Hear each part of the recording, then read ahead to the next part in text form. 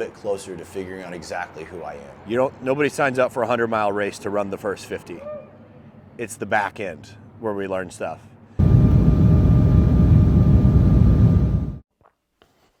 All right, so just got settled into the hotel, just got unpacked. I'm gonna be here in Green Bay for a couple of days, and there's not a whole lot going on tonight into tomorrow morning. But starting tomorrow afternoon, we'll start getting prepped to step out at 7 p.m. tomorrow night. What I'm here for is I'm gonna be doing a 50-mile ruck with an organization called 50 for the Fallen. This is an awesome veterans organization that is working to provide and help fill in the gaps for veterans dealing with mental health issues that are struggling to get the services they need, whether or not it's just traditional styles of therapy or other things that they need for their mental health. That is what 50 for the Fallen is really trying to help with. And between my early experiences with them and the people I know that have far more experience with them that I trust very deeply, I'm really excited to be a part of this. To be honest, this whole trip just got some vibes on it that just feels like something, this is gonna be an awesome experience and I can't wait. So the actual event itself, we are going to step out at 7 p.m. tomorrow night in Green Bay. Gonna be nice and cold. I think it's supposed to be right around 32 the entire evening, so that's cool. And we're gonna ruck for 50 miles. It's gonna take us 18 hours. And that is going to coincide with halftime of the Green Bay Packers game, where we are going to finish our ruck on Lambeau Field as the halftime show or a piece of the halftime deal. And it's just, I can't wait to kind of see what happens, because this is definitely a distance that I've never covered before. It's definitely not the type of event, and this is not like an event. This is not a competitive thing. This is very much more camaraderie.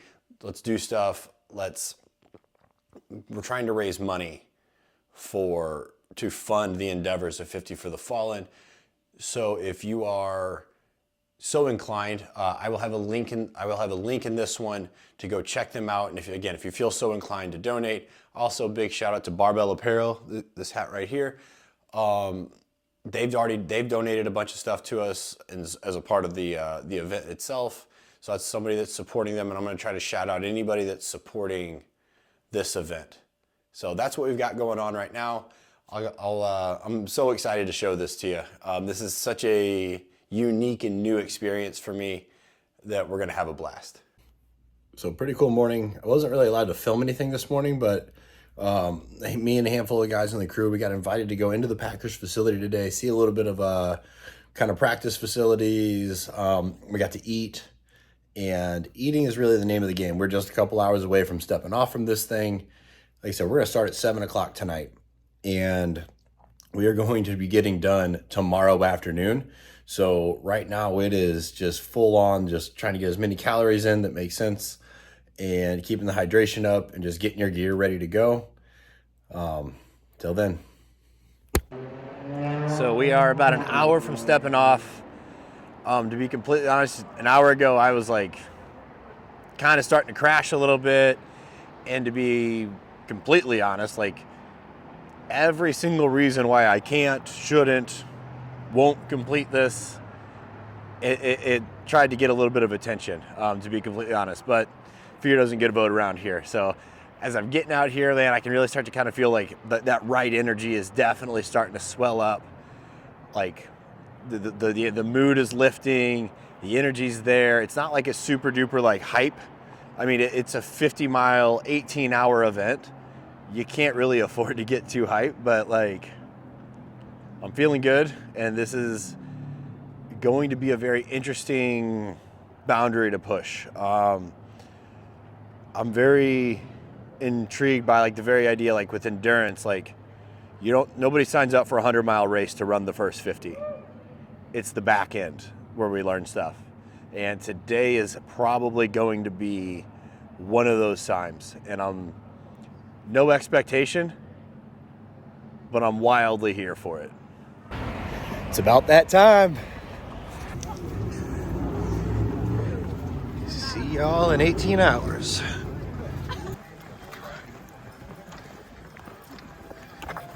The ruck did not go as desired, planned, or definitely how I thought. 8.5 miles in, the suction pump on my prosthetic died. So basically I lost my connection to my device, and so at that point I understood that 50 may not be in the cards anymore. Cool, fine. My primary goal was not to leave any mileage on the table. If I was only good for 32, 32 is amazing. If I was, whatever that number is. The part of it that sucks is because I was certain that I had charged it, and I clearly didn't double check that it was actually charging, and that was an avoidable mistake. And that's the part of it that stings from like the athlete side and the experience that I was hoping to gain. Went back, got some rest. I ended up doing another 5 miles without that pump because I was like, okay, so I'm just going to run. I'm going to work this for as long as it makes sense. And it was okay. It was fine. I still had some suction left over and it was working. And then I ended up doing 13.8 total miles. And at about 13 miles, I was still like pretty okay. By 13 and a quarter, it was starting to yell at me. And so I got to 13.8 was where a support vehicle was in. So unfortunately, that was the story of my ruck. But my story isn't the story. I was just a piece of the actual ruck itself. They're still rolling right now. It is 10:51 a.m. And so I got a little bit of rest. Definitely did some damage I'm gonna have to heal up from. Nothing like major, but just like some soft tissue and bruising and swelling type stuff that needs to heal on my residual limb. So I definitely learned about how to push or how I can or can't push without that pump going. While I hope that never happens again, on a long enough timeline, it will. Machines malfunction. So I am now driving a support vehicle, and some of the things I'm learning is about kind of like in ultra running and endurance stuff, they call it crewing. I will eventually be doing events, or I plan to eventually be getting into events that I'm going to be asking people to come as support. And I am getting a taste of what it's like to be on one of those support teams right now. And I think that is an important thing to understand if I'm going to ask someone to do it for me. Making lemonade out of lemons in that regard. I am happy that there's something I can do to at least help. This is an awesome event. And if you are curious about it, do it. Plain and simple. It's just walking. There's some pretty cool stuff going on. Pretty cool little bit. And like I said, I am very grateful that there's at least something for me to do, and I'm not just sitting in my hotel room waiting for everybody to get back. As much as I desperately want to not be in this vehicle, I would be even more bummed and more sad sitting in the hotel room for sure. So I got that going for me, at least.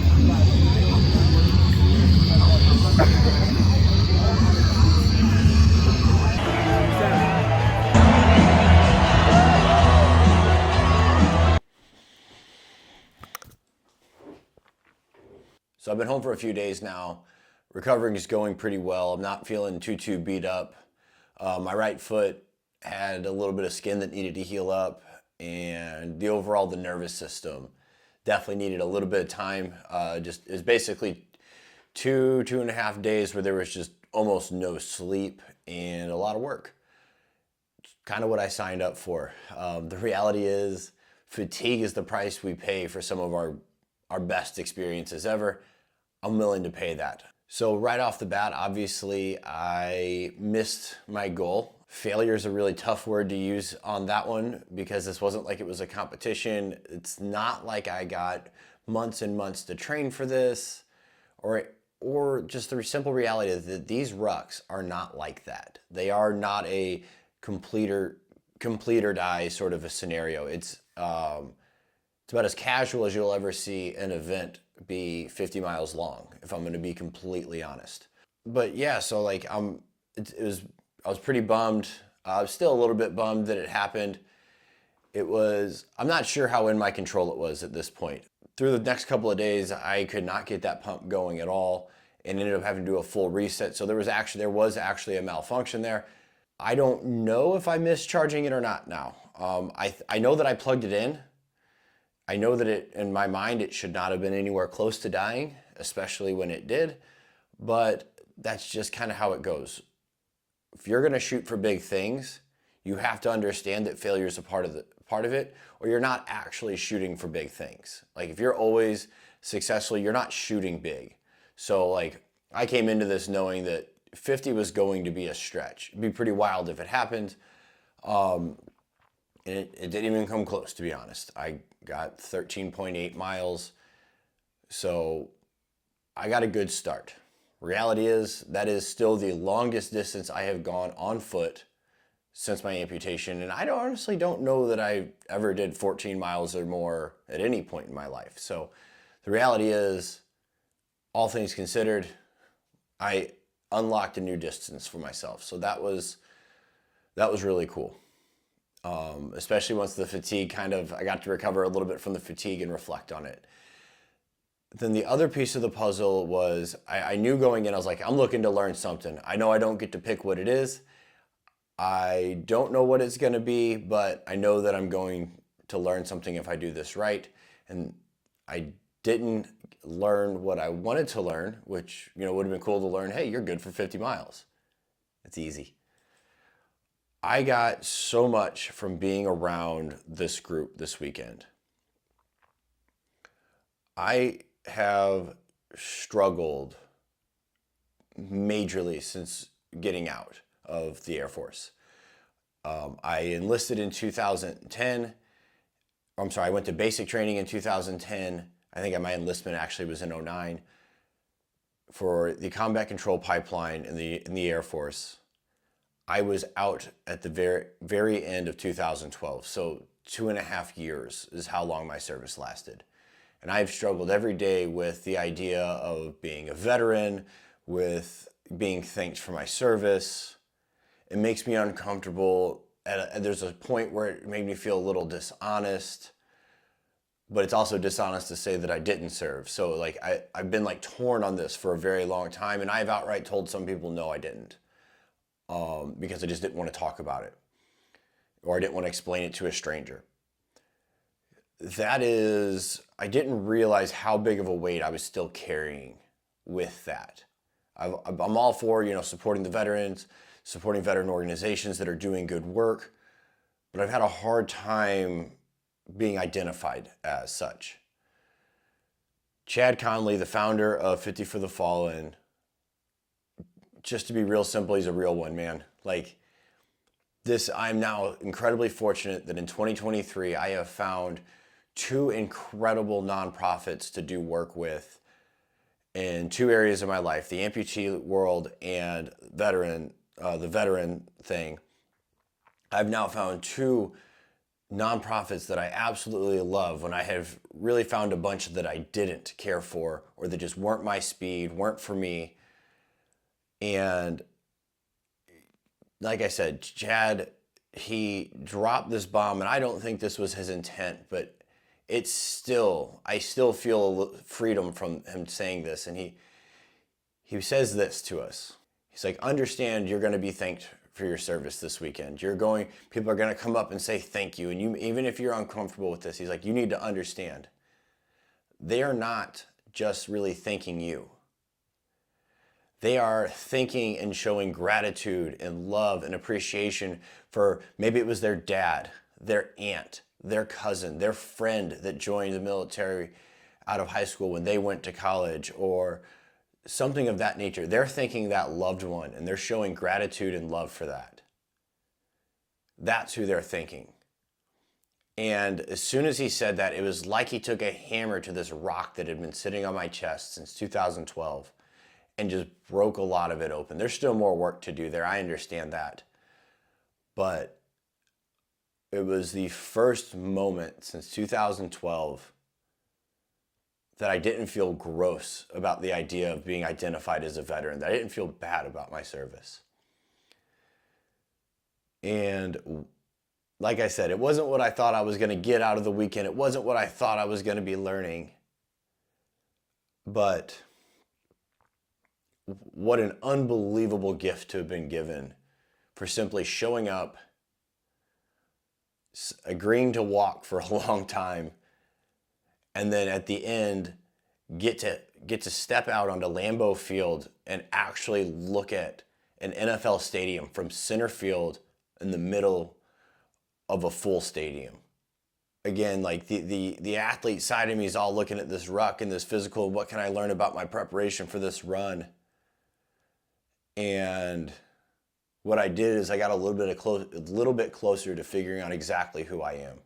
And I don't know that that's a process that ever ends, but getting that language, getting that perspective, and being shown like just genuine love from that group the way that they did will always matter for the rest of my life, because I simply was willing to show up and go for something that was outside of normal. So I just kind of want to wrap this up with 50 for the Fallen is an incredible organization. They are working very hard to provide funding for combat veterans, especially to go get the mental health help that they need, funding their ability to go to therapy and spend the time and take the time that they need to work on themselves. Because I know that I've heard it a bunch, but if you haven't heard this before, whenever somebody goes off and they see combat and they go to war, when they come back, they are mentally and emotionally still there.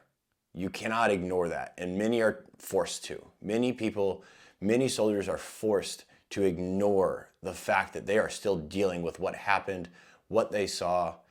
And 50 for the Fallen is doing very real work. They're not just posting videos of doing push-ups and pretending like they're trying to help. They are actually working to get service members therapy, to get them the help that they need to go back to being themselves. So if you know somebody that needs this kind of help, please contact 50 for the Fallen. We're trying to help them. And 2, I might have said A right there. So 2 or B, if you have the capacity, please donate. You can do so by texting RUCK, R-U-C-K, to the number 53555. That'll be here on the screen. I will have a link below. So more than anything, a very different kind of thank you, but thank you. Doing is hammer and hamstrings, right? And what was it he always says?